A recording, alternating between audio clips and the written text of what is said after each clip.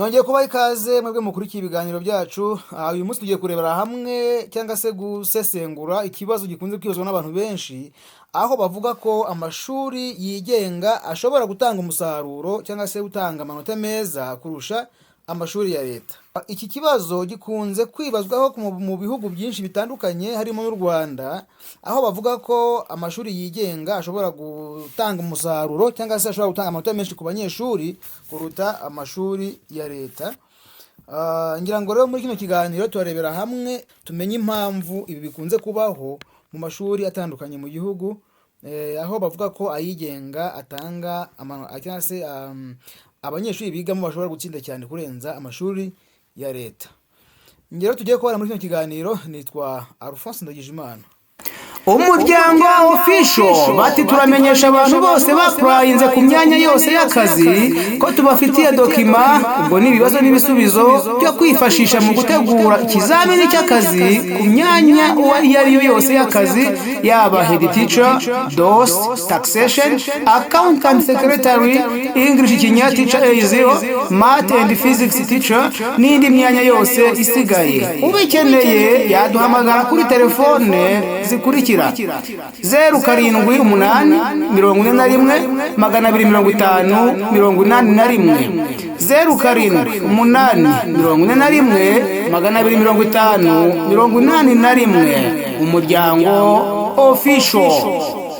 Dore impamvu rero nyakuri zituma amashuri yigenga ashobora gutanga umusaruro cyangwa se amanota menshi kurusha amashuri ya leta. Icya mbere ni umubare w'abanyeshuri mu ishuri. Akenshi amashuri yigenga aba afite abanyeshuri bake mu ishuri rimwe. Ni ukuvuga ngo usanga amashuri yigenga agira umubare muto w'abanyeshuri mu ishuri. Rero ibyo biri muri kimwe mu bishobora gutuma umwarimu ashobora kwita kuri buri munyeshuri ku giti cye, bigatuma umusaruro we wiyongera. Hanyuma ikindi kandi n'ibibazo by'umunyeshuri bishobora gukemuka mu buryo bwihuse kubera ko mwarimu aba yashoboye gusobanukirwa cyangwa se kugera kuri buri wese. Hanyuma ikindi dushobora kuvuga ni uko uburyo bwo kwiga n'igenzura byo mu mashuri ya leta yigenga, amashuri yigenga kenshi akunze kuba afite gahunda ihamye cyangwa se agomba kuba akurikiranira hafi imyitwarire y'abanyeshuri. Akenshi usanga amashuri yigenga agira amategeko akomeye cyane ku buryo usanga abanyeshuri imyitwarire yabo ikigo kiyakurikiranira hafi cyane kugira ngo abanyeshuri bashobore gutanga umusaruro. Rero disipurine nziza ifasha cyane imyigirire y'umunyeshuri kubera yuko umwanya we wose awukoresha ibijyanye no kwiga cyangwa se awukoresha ibifite umumaro. Usanga rero disipurine akenshi igira uruhare runini cyane mu mitsindire y'umunyeshuri kuko igihe cy'amasomo agikoresha neza nk'uko bisabwa. Hanyuma ikindi bavuga ko ngo hari gahunda isobanutse yo kwiga no gukora ibizamini. Usanga amashuri yigenga afite amaperiyode y'ibizamini no hagati mu bihembwe, usanga bashobora kubikurikirana neza cyane.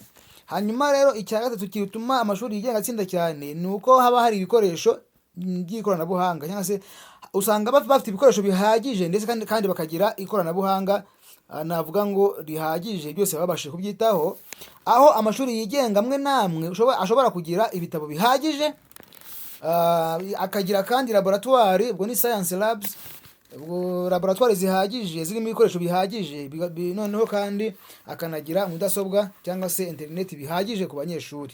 Hanyuma akagira kandi n'ibikoresho byifashishwa bindi mu masomo, ariho bavuga ko ibikoresho byiza bifasha abanyeshuri gusobanukirwa neza amasomo yabo, kandi cyane cyane mu masomo ya science n'ikoranabuhanga, kuko biriya bikoresho baba bafite bituma abanyeshuri bumva neza amasomo kandi bagatsinda. Hari kandi uburyo bwo guhitamo abanyeshuri. Ni ukuvuga mu mashuri yigenga bakunda guhitamo abanyeshuri bashaka bitewe bafite amanota bashaka kugira ngo bakomeze kuzamura imitsindire y'abanyeshuri. Ni ukuvuga ngo iyo bagiye kurokita abanyeshuri n'undi bareba abanyeshuri bashoboye, cyangwa se abanyeshuri baragenzurwa mbere y'uko babakira. Hanyuma ngo hashyirwaho ibisabwa mbere yo kwinjira. Ni ukuvuga kugira ngo umwana yinjire mu ishuri hari ibyo agomba kuba yujuje kugira ngo bashobore kumwakira. Ibyo rero nabyo bituma nta mwana ubura ibikoresho cyangwa se ugira ikibazo kibimufasha kwiga, kubera ko n'ubundi byanze bikunze babanza gusuzuma niba iby'ibanze akenera kwiga abifite. Hanyuma uko ababyeyi bitabira nabyo bishobora kuba kimwe mu bituma amashuri yigenga atsinda. Ababyeyi bashyira abana mu mashuri yigenga akenshi baba bafite ubushake bwo gukurikirana imyigire y'abana babo. Ni ukuvuga umubyeyi ufata inisiyative cyangwa se agafata icyemezo cyo gushyira umwana we mu ishuri ryigenga, akenshi abasha no gukurikirana imyigire ye cyangwa se imyitwarire ku ishuri, bityo bigatuma umwana ashobora gutsinda kubera ko umubyeyi yabashije gukorana n'ishuri kugira ngo bamukurikirane. Rero ngo ababyeyi bakurikirana abana babo n'amanota yabo mu bijyanye n'imyigire ndetse n'imyitwarire. Hanyuma kandi ngo habaho cyane ubufatanye hagati y'umuryango umwana avukamo ndetse n'ishuri umwana yigiramo kugira ngo gutsinda bibashe kuzamuka. Rero gatandatu cyangwa se impamvu ya gatandatu, nabo bavuga impamvu zitandukanye zishobora kuba zatuma amashuri yigenga atsinda. Ngo ariko kandi ibi ngibi ntabwo bivuze yuko amashuri ya leta ari mabi, ahubwo hari ibintu tugomba kumva byanze bikunze. Icya mbere, hari amashuri ya leta nayo atsindisha cyane. Ngira ngo twese turabizi ko hari n'amashuri ya leta nayo ashobora gutsinda cyangwa se gutsindisha cyane. Hari kandi n'amashuri yigenga nayo atsindwa, nabyo bibaho kandi murabizi. Ntabwo rero kuba amashuri ya leta atsinda cyane bisobanuye ko ari yose cyangwa se ariko byose bihora. Hari n'aya leta nayo ashobora gutsinda, cyangwa se hakaba n'ayigenga nayo adatsindisha cyane. Icyo gihe rero ubushobozi bw'umwarimu n'ubushobozi bw'ishuri n'imbaraga z'umunyeshuri bigira uruhare mu gutsinda k'umwana. Ni ukuvuga kugira ngo abanyeshuri bashobore gutsinda neza, ni uko habaho ubushobozi bw'umwarimu. Icya kabiri, ubushobozi bw'ikigo cy'ishuri. Gatatu, imbaraga z'umunyeshuri ku giti cye kugira ngo umusaruro umwana abona mu ishuri ubashe kuzamuka. Rero gutsinda ntabwo biterwa gusa n'ubwoko bw'ishuri runaka, ahubwo biterwa n'ibintu byinshi bikorana. Ikintu rero cy'ingenzi ugomba kumenya ni uko uretse ubwoko bw'amashuri, ahubwo hari ibindi bituma umunyeshuri ashobora gutsinda.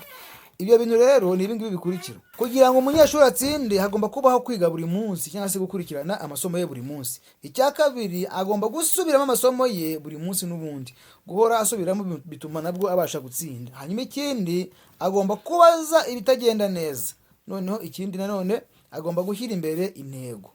Ibi byose umunyeshuri yabashije kubikurikiza, byanze bikunze umusaruro uraboneka. Rero umunyeshuri ushaka gutsinda agomba gukora cyane, kandi aho yaba ari hose birashoboka.